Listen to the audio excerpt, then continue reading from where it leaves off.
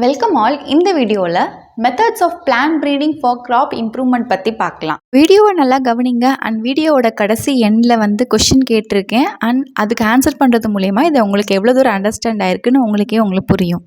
நம்ம plant breeding பண்ணி ஒரு ஹை ஹீல்டிங் வெரைட்டிஸ் ஆஃப் கிராப்ஸை டெவலப் பண்ணுறதுக்கு என்னென்ன மெத்தட்ஸ்லாம் வந்து இருக்குன்னா, ஃபர்ஸ்ட் மெத்தட் வந்து introduction of new varieties of plant, second method selection, third method polyploidy breeding, fourth method mutation breeding, fifth method வந்து hybridization.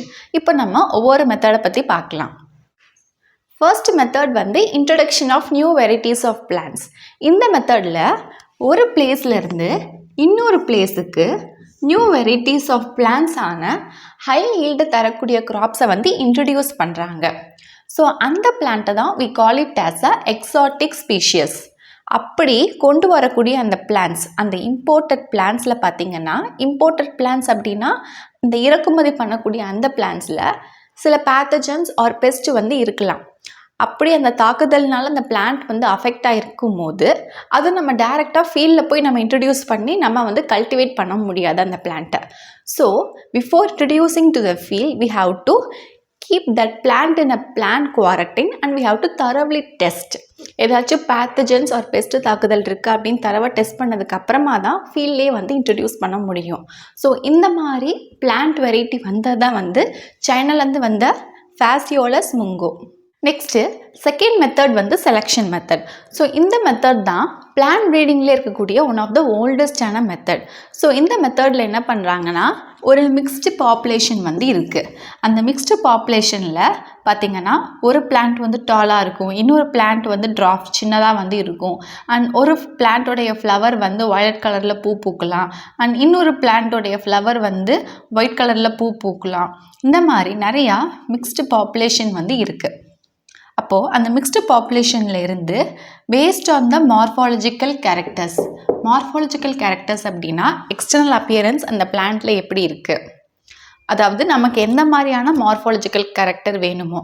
எனக்கு வந்து ரொம்ப டாலான பிளான்ட் தான் வேணும் அப்படின்னா, அப்போ இந்த மிக்ஸ்டு பாப்புலேஷன் ஆஃப் பிளான்ட்டில் இருந்து இப்போ எனக்கு இந்த டாலாக இருக்கக்கூடிய அந்த பிளான்ட்டை மட்டும் என்ன பண்ணுறோன்னா தனியாக சார்ட் அவுட் பண்ணுறோம். அந்த இண்டிவிஜுவல் பிளான்ட்டையோ இல்லைனா ஒரு சில குரூப் ஆஃப் பிளான்ட்டையோ வந்து தனியாக சார்ட் அவுட் பண்ணி எடுக்கிறது தான் வந்து selection method. So selection method அப்படின்னாலே வந்து இப்படி ஞாபகம் வச்சுக்கலாம். இன்டர்வியூக்கும் நிறைய பேர் போவோம். ஸோ அந்த இன்டர்வியூவில் நிறையா மிக்ஸ்டு பாப்புலேஷன் ஆஃப் கேட்டகரி பீப்புளெலாம் வருவாங்க. சில பேர் ஆர்ட்ஸ் படிச்சிருக்கலாம், சில பேர் வந்து இன்ஜினியரிங் படிச்சிருக்கலாம், ஃப்ரெஷர்ஸாக இருப்பாங்க, இல்லை எக்ஸ்பீரியன்ஸ்டாக இருப்பாங்க.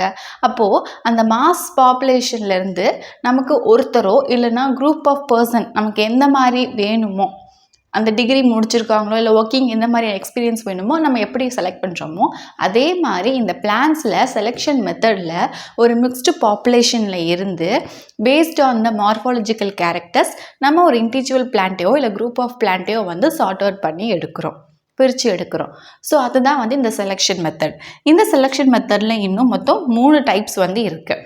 தயார் first one mass selection, second one pure line selection, third one clonal selection. இப்போது செலெக்ஷன் மெத்தடில் மாஸ் செலெக்ஷனை பற்றி பார்க்கலாம். ஸோ மாஸ் செலெக்ஷன் அப்படின்னாலே மாஸாக, அதாவது குரூப்பாக இருக்கிற இடத்துல இருந்து 3 செலக்ட் பண்ணுறதா அர்த்தம்.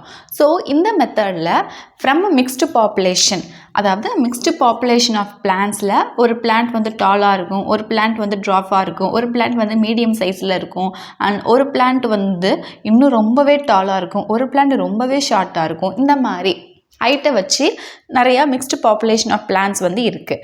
இதில் நமக்கு என்ன மாதிரியான டிசையர்ட் கேரக்டர்ஸ் வேணுமோ, எனக்கு வந்து டால் தான் வேணும் அப்படின்னா நான் ரொம்ப டால் எடுத்துக்கலாம், அண்ட் மீடியம் டால் எடுத்துக்கலாம். இந்த மாதிரி மீடியமுக்கும் ரொம்ப டாலுக்கும் நடுவில் ஒரு டால் இருக்கலாம். இந்த மாதிரியான பிளான்ட்ஸை நான் மட்டும் செலக்ட் பண்ணுறேன். அப்போ அந்த பிளான்ட்டோட சீடு என்ன பண்ணுறேன்னா சார்ட் அவுட் பண்ணி பிரித்து எடுக்கிறேன். ஸோ பிரித்து எடுத்து அந்த கலெக்டட் சீடை வச்சு பிளான்ட்டை வந்து நான் ரேஸ் பண்ணுறேன் செகண்ட் ஜெனரேஷனாக.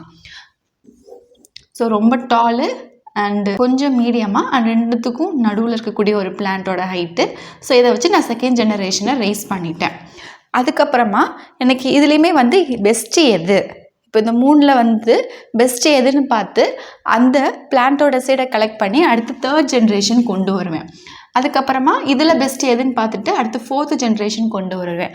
ஸோ இந்த ப்ராசஸ் வந்து அப் டு 7 or 8 ஜென்ரேஷன் வரைக்கும் போகும்.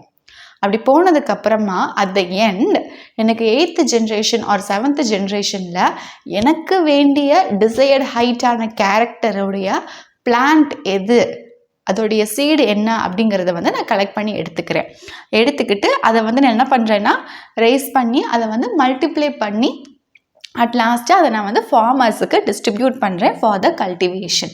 இதுதான் வந்து மாஸ் செலெக்ஷன்.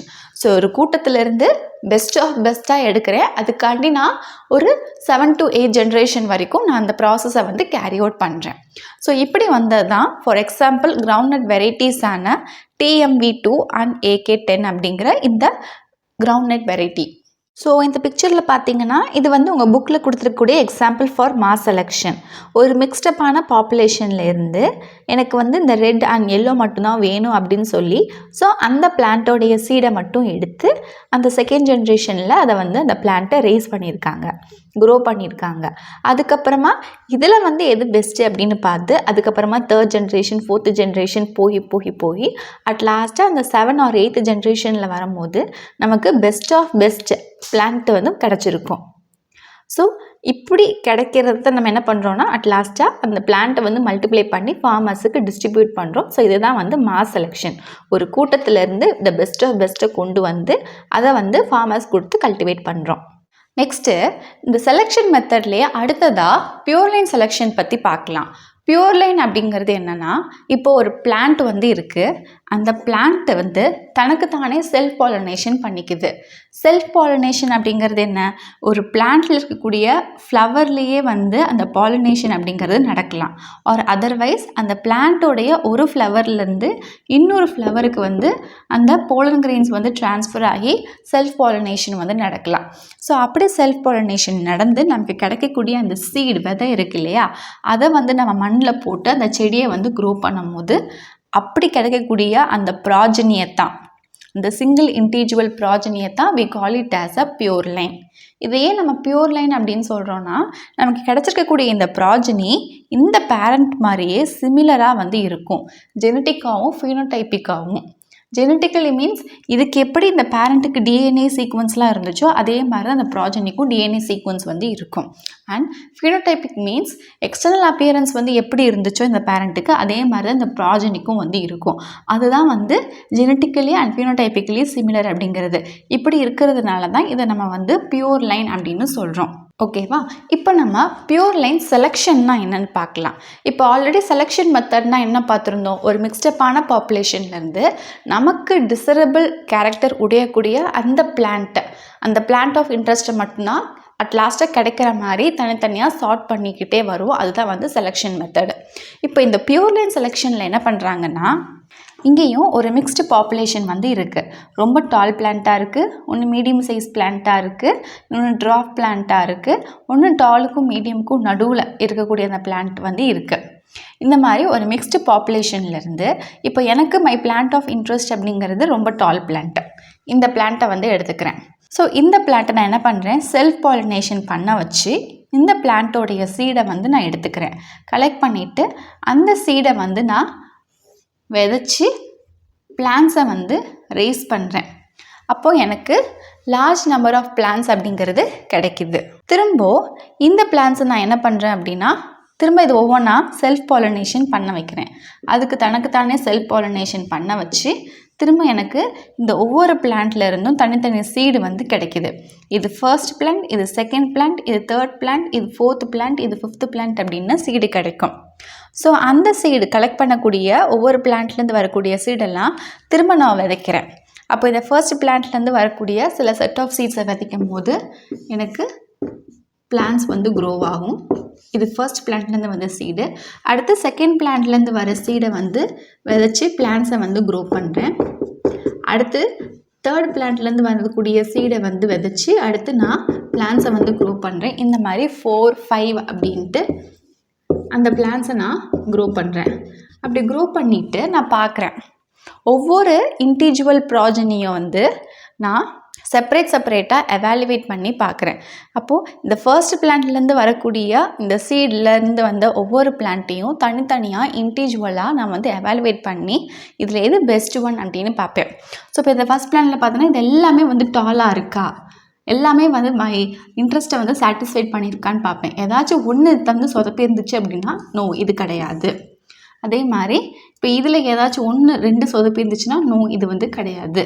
அட் லாஸ்ட்டாக நான் செக் பண்ணி பார்த்து இப்போ எனக்கு இந்த 4 and 5ல் 4th தான் எல்லா பிளான்ஸுமே வந்து நான் நினச்ச மாதிரி டிசரபிள் கேரக்டரோட டாலாக இருக்குது அப்படின்னா தென் இதுதான் வந்து பெஸ்ட் ஒன். ஸோ அந்த பெஸ்ட் ஒன்னை தான் நான் பியூர் லைன் வெரைட்டி அப்படின்னு சொல்கிறேன். அப்படி எனக்கு கிடச்சிருக்கக்கூடிய அந்த பியூர் லைன் வெரைட்டி அப்படிங்கிறது அந்த ப்ராஜனி பேரண்ட் மாதிரியே சிமிலராக இருக்கும், both genotypically and phenotypically. So this is a pure line selection. This pure line selection is also known as the individual plant selection. Okay, next selection methodல அடுத்ததா clonal selection பற்றி பார்க்கலாம். clonal selection இதில் clone அப்படின்னா என்ன? So clone அப்படிங்கிறது என்னென்னா ஒரு single plant வந்து இருக்குது. ஸோ அந்த பிளான்ட்லேருந்து நம்ம நிறையா குரூப் ஆஃப் பிளான்ட்டை வந்து ப்ரொடியூஸ் பண்ணுறோம். ஸோ எந்த மெத்தட் மூலிமா ப்ரொடியூஸ் பண்ணுறோன்னா ஒன்று வெஜிடேட்டிவ் ரீப்ரொடக்ஷன் மெத்தட் மூலிமா or otherwise asexual method of reproduction மூலிமா ஒரு பிளான்ட்லேருந்து குரூப் ஆஃப் பிளான்ட்டை வந்து ப்ரொடியூஸ் பண்ணுறோம் அப்படின்னா these group of plants are called as a clones. இது ஏன் நம்ம க்ளோன்ஸ்ன்னு சொல்கிறோன்னா இப்போ இந்த ப்ரொடியூஸ் ஆகிருக்குலே இந்த குரூப் ஆஃப் பிளான்ட் இது எல்லா பிளான்ட்டுமே பார்க்குறதுக்கு சிமிலராக இருக்கும் இன் ஜீனோடைபிக்கலி அண்ட் phenotypically. ஜீனோடைபிக்கலி அப்படின்னா இந்த எல்லா பிளான்ட்டோடைய டிஎன்ஏ சீக்வன்ஸும் ஒரே மாதிரியாக இருக்கும் ஆஸ் ஆஃப் பேரண்ட்ஸ் மாதிரி. அண்ட் இது எல்லாத்தோட எக்ஸ்டர்னல் அப்பியரன்ஸ் அதாவது phenotype வந்து ஒரே மாதிரியாக இருக்கும் பேரண்ட்ஸ் மாதிரி. ஸோ இது எல்லாமே பார்க்க ஒரே மாதிரியாக இருக்கிறதுனால தான் இதை நம்ம க்ளோன்ஸ் அப்படின்னு சொல்கிறோம். ஓகேவா? இப்போ க்ளோன்னா என்னன்னு தெரிஞ்சிருச்சு. அடுத்து க்ளோனல் செலெக்ஷன் அப்படிங்கிறது என்னென்னா அப்போது இந்த க்ளோன்ஸில் இருந்து நமக்கு வேண்டிய கேரக்டருடைய பிளான்ட் அதாவது அந்த டிசரபிள் க்ளோன்ஸை மட்டும் செலக்ட் பண்ணி எடுக்கிறோம் அந்த மிக்ஸ்டப்பான பாப்புலேஷன்லேருந்து of vegetatively propagated crop and that is called as a clonal selection. So clonal selection அப்படிங்கிறது இதுதான். It's time to answer for the questions. வீடியோவை இங்கே பாஸ் பண்ணி இந்த கொஸ்டின்ஸ்க்கான ஆன்சர் என்ன வரும் அப்படிங்கிறத கீழே கமெண்ட் செக்ஷனில் சொல்லுங்கள்.